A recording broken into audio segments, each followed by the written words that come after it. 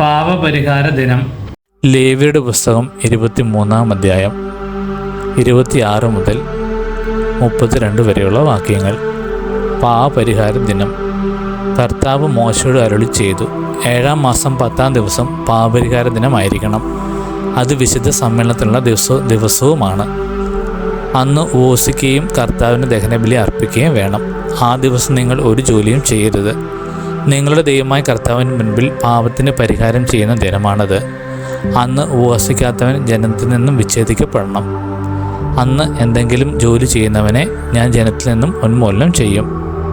നിങ്ങൾ ഒരു ജോലിയും ചെയ്യരുത്. നിങ്ങളുടെ വാസസ്ഥലങ്ങളിൽ തലമുറ തോറും എന്നേക്കുമുള്ള നിയമമാണിത്.